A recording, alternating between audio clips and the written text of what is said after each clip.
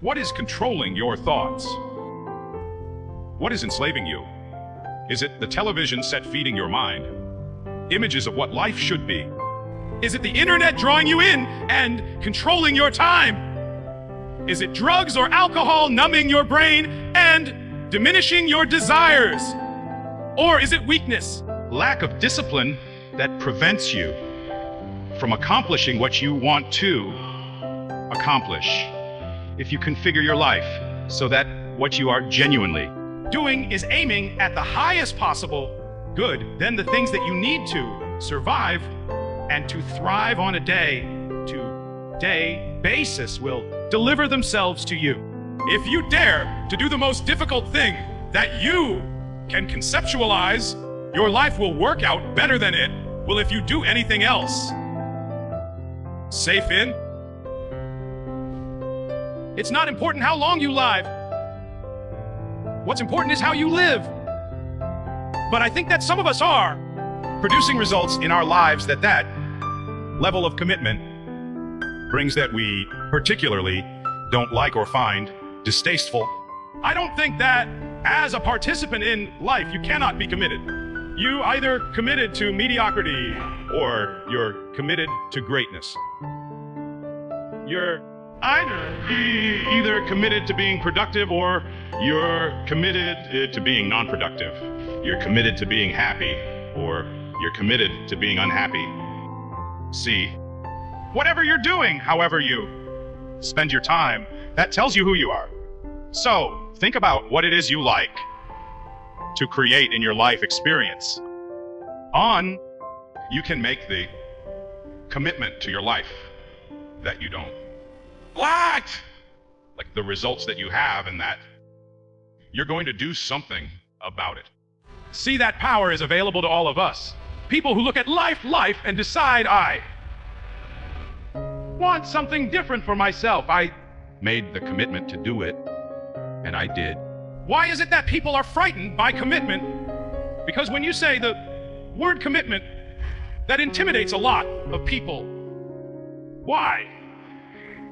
Because it means you. So most people like to use that language. They don't want to commit themselves because commitment means, among many things, no excuse is acceptable. That's what it means. No excuse that if you decided that you're going to do this, if it's difficult. So what? If it's inconvenient, so what? If it becomes hard, then do it hard. Almost any accomplishment in the history of the world has come at the hands of people who've taken risk, people who are willing to push the envelope, people who are willing to explore the unknown. Even if you go and you look in the Bible, you know, don't negative to the people that are held up as the heroes. They're not the ones who were sitting in their tent under an olive tree. And, you know the key. Taking risk is learning. You know, and if something doesn't work, outlearn from it. And then you're able to move further. We have to always recognize that we will never make progress unless we're willing to take risk. Plain that you can't do your dream. Dreams require sacrifices. People don't want to sacrifice because they're so used to mommy or daddy or the system or the government or something else taking care of both. It's not how it works. You don't get to the 1% land. You don't get to that unbelievable place of happiness. You don't get to live your dream. You're not entitled to your dream. You have to bleed for your dream. This is dreams we're talking about. We're talking about dreams. But can people just make that change? I mean, look, I believe they can, but you have to plan it out. The way you can change is you have to put aside enough money to give yourself a window. And then you have to have a plan, and you have to spend all your waking hours outside of whatever job you do planning your escape. And you have to come to the realization very clearly that you up and you got yourself stuck. So you have to Do it like your life depends on it. Whatever time that you have to attack like you're trying to Save the world. You're trying to save your life. You don't want to drown. That 2 hours a day that you have to, right? Goddamn, you better be caffeinated and motivated. You gotta get after it, and you got to have discipline. That's most people don't have those things. Most people don't understand what it's like to really go for something. The reason your life isn't where you want it to be mentally, physically, spiritually, financially is because you're not buying into the concept of having to earn things. And let me tell you something, earning happiness is a requirement as well. But the truth is, guys, and this is the secret, happiness is earned. Just like earning the right to feel good about your body. Just like earning everything else in your life. The reason you don't have happiness is because you haven't been disciplined in the rest of your life. When you don't pay that price, you don't get the prize of happiness. This is very simple. A lot of people will say that everybody deserves to be happy. You know what? I don't buy into that. If you're sitting on the couch and you're living a life less than what it could be, you do not deserve to be happy. Is not how the world works. You were put here to go on a journey, and that journey is the fulfillment of your own true potential. If you don't even attempt to fulfill that potential, you're not going to be happy ever. I've never met a person who was not successful that didn't have a great amount of self-discipline within their life. Self-discipline is essential in your life and in my life if we're going to get things done. So I have a challenge for every one of you this weekend. The challenge is simple. As you go through your weekend, and sometimes it's kind of a hopefully an easier time of your week, ask yourself, am I practicing self-discipline in my life? Am I doing the things that I should do because I need to do them, or am I kind of waiting to feel the moment? Do like our friends Nike say, just do it. Because what you're doing is you're trying to optimize right now to stop the discomfort, but what you're going to pay for that is shame and guilt and regret long term. So what you need to be able to do is bundle all of that up that is as yet unfelt, but will last for way. You know, the future is much longer than now. The future is going to extend out up until the day that you die. And the now is just for now. And even 130 hours is just 130 hours. You get look back. And do you look back with pride and glory, or do you look back with shame and guilt? Suggest to you the A-S-C-I-E-L-N-J-E, don't T-S-Tel. Stay, Y, B-U-S-Y, W-R-K-L-U-R-P-Len, County I-N-U-O-D-O-Tash Oz things. K-N-O Tachamar, K-Fo-R, wow, F-T-R. You have evaluated yourself in the situation. Continue to move. Stay busy, stay busy, stay busy. Expect things to get better for you, because they are. See, life is cyclic. Whatever experience you're having right now, it has not come to stay. It has come to pass. Not to stay, just to pass. It's just going through. The biggest challenge is to know what's happening. This is a part of this thing we call life. This too shall pass. A-N-M-A-I-N-T-I-N-I-N-G. P-A-R-S-P-T-I-V. P-T-I-N-G-I-T-I-N. P-A-R-S-P-T-I-V. And what I didn't understand by being determined to chase something, by being committed to it. And what commitment is?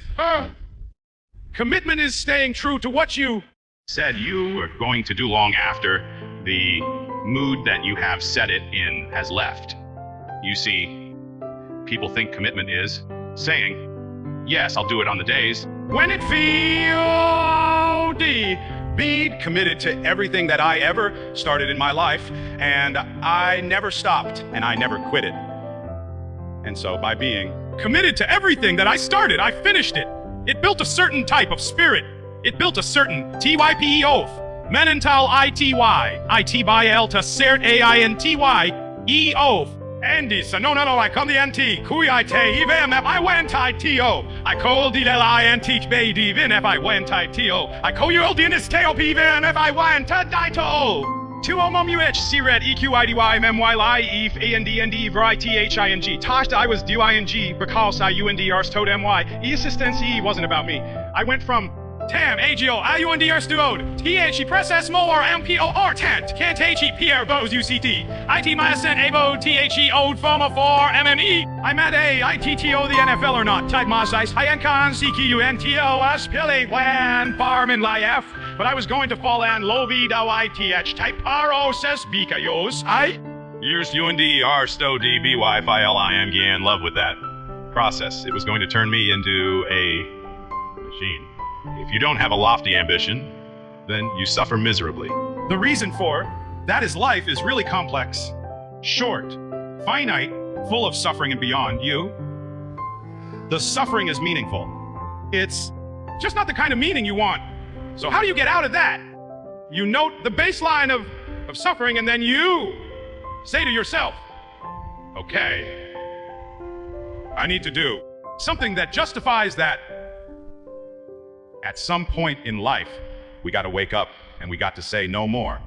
We got to wake up and we got to say, man, this is it. We got to wake up and say, I'm going to make a change, a difference. We can't just be online watching things, saying amen. You know, all the things, and go back to the same things, y'all. It doesn't work like that. Hearing things is great, but you know what?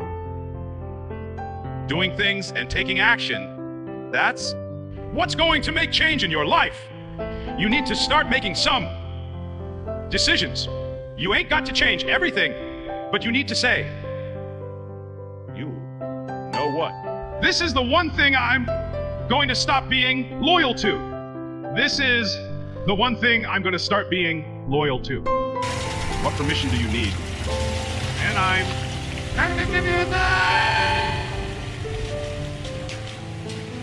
here to tell you to give yourself that permission. I'm here to tell you to take the pen back and start rewriting that negative story. So what if you were beaten? So what if you were mentally and emotionally abused? Those are all superpowers now because you are the type of person that went through that and came out the other side a stronger person. You have more resiliency. You are more resourceful. People that have not gone and suffered through adversity and abuse. That's the reality. We are more resilient. We are more emotionally strong, mentally tough, and we can deal with so much. But we have to first let go of the mental crippling crutch that we carry, which is this victim mindset. Stop being driven by rewards. Stop being driven by outcome. Stop being driven by, if I get this, I'ma do this. Just work. If you don't get what you thought you were gonna get, show up and still go to work. Self-confidence is really someone who keeps promises of themselves. Because self-confidence is really like your reputation with yourself.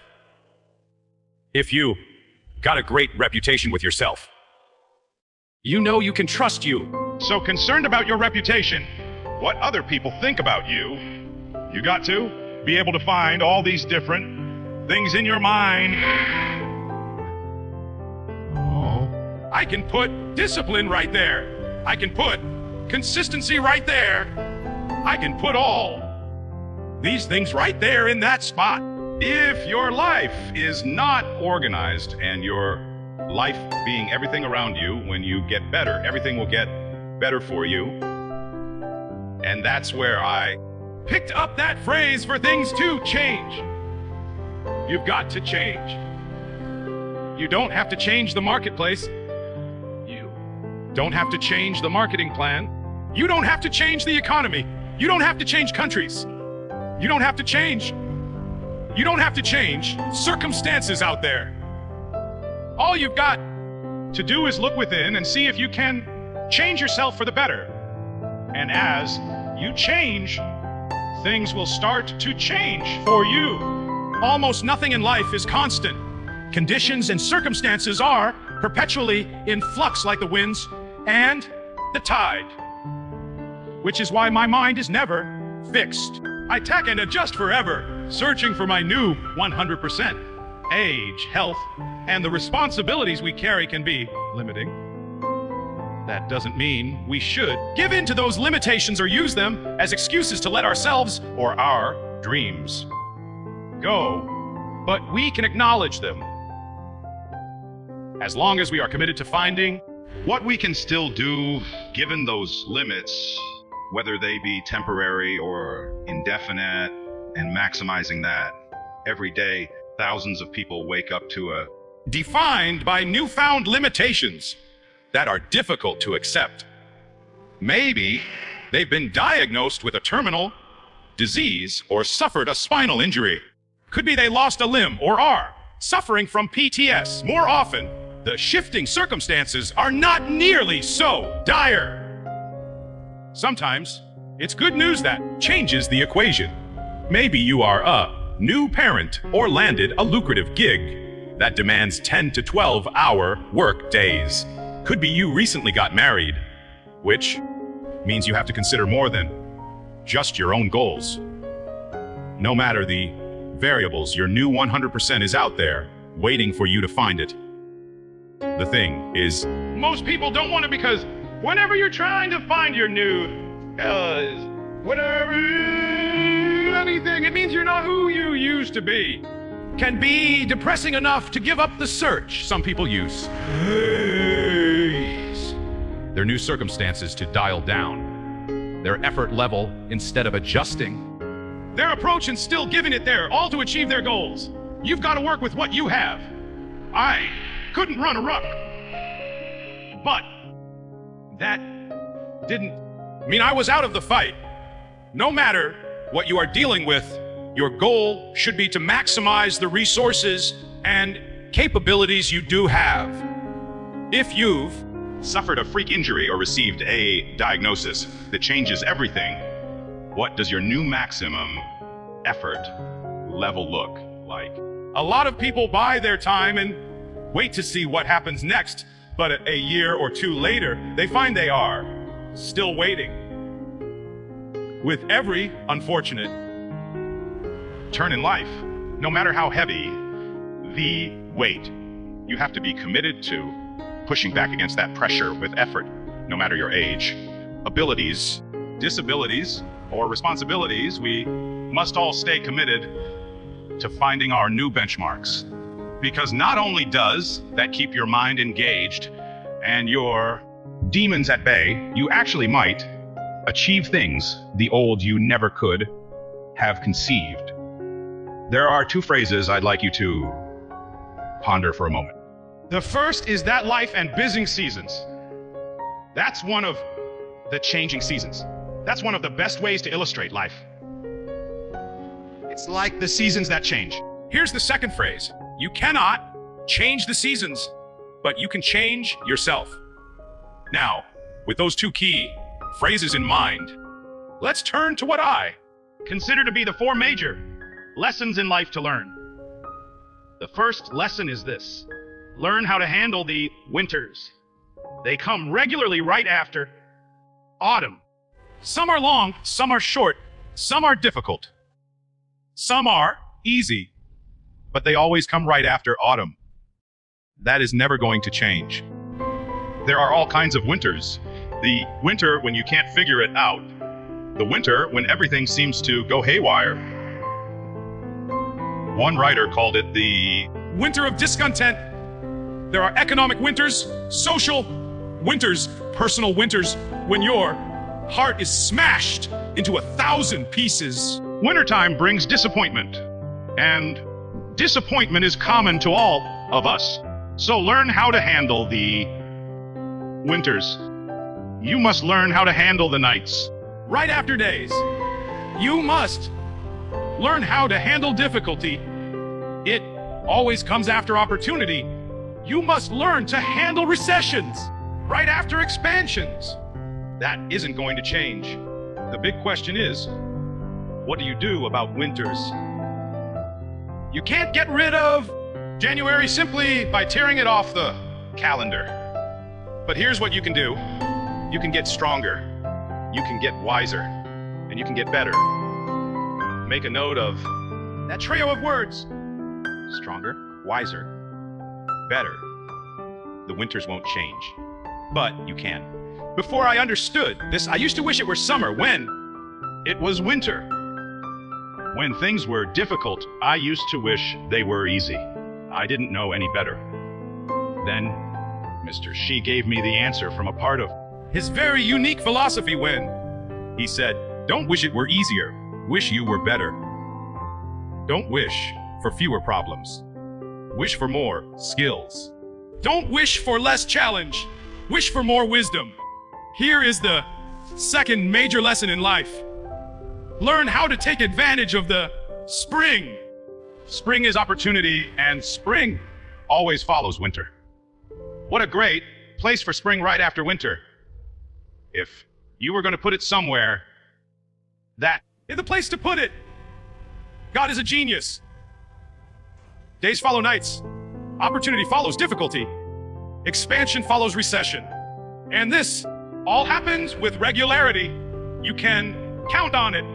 However, the mere arrival of spring is no sign that things are going to look good in the fall.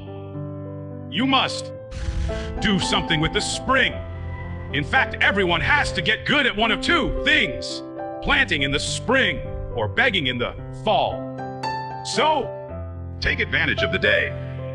Take advantage of the opportunity and read every book you can get your hands on to learn how to take advantage of the spring. Get busy quickly on your springs, your opportunities. There are just a handful of springs that have been handed to each of us.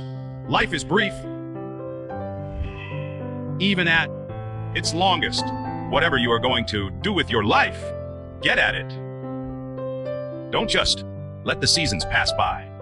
The third major lesson in life is this: learn how to nourish and protect your crops all summer. Sure enough, as soon as you've planted, the busy bugs and noxious weeds are out to take things. And here's the next bit of truth: they will take it unless you prevent it. There are two key phrases to consider with the third major lesson. The first is all good will be attacked. Don't press me for a reason. I was not in on some of the early decisions, so I don't know why. I just know that it's true. Let reality be your best beginning. Every garden will be invaded. The second phrase is all values must be defended. Social values, political values, friendship values, business values, all must be defended.